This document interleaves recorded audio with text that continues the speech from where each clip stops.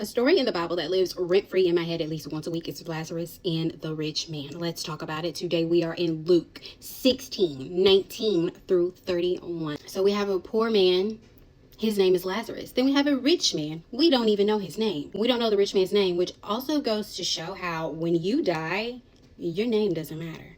What you did on this earth is what matters, okay? How you treated people. He's sitting outside this rich man's home, and it says he's dressed in purple and fine linen, and even in the Old Testament, purple meant luxury. It meant wealth. And it says that the dogs would come and lick his open sores. Verse 22 says, the man died and was carried by angels to sit beside Abraham at the heavenly banquet. Okay. And then it says the rich man also died and was buried. Guess where he went? It says he went to the place of the dead, aka he went to Hades, a place of torment, eternal torment. And it says there in torment, he saw Abraham in the far distance with Lazarus at his side.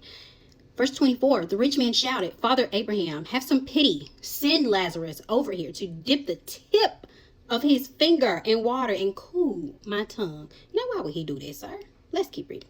I am in anguish in these flames. But Abraham said to him, son, remember, let's underline that. Remember, we got to remember that during your lifetime, you had everything you wanted and Lazarus had nothing. So now he is here being comforted and you are in anguish. Plot twist. The roles have switched. And besides, there is a great chasm separating us, which is the firmament. No one can cross over to you from here, and no one can cross over to us from there. Then the rich man said, please, Father Abraham, at least send him to my father's home. For I have 5 brothers, and I want him to warn them so they don't end up in this place of torment. But Abraham said, Moses and the prophets have warned them. Your brothers can read what they wrote. The rich man replied, no, Father Abraham, but if someone is sent to them from the dead, then they will repent of their sins and turn to God. And Abraham said, if they won't listen to Moses and the prophets, they won't be persuaded if someone even rises from the dead.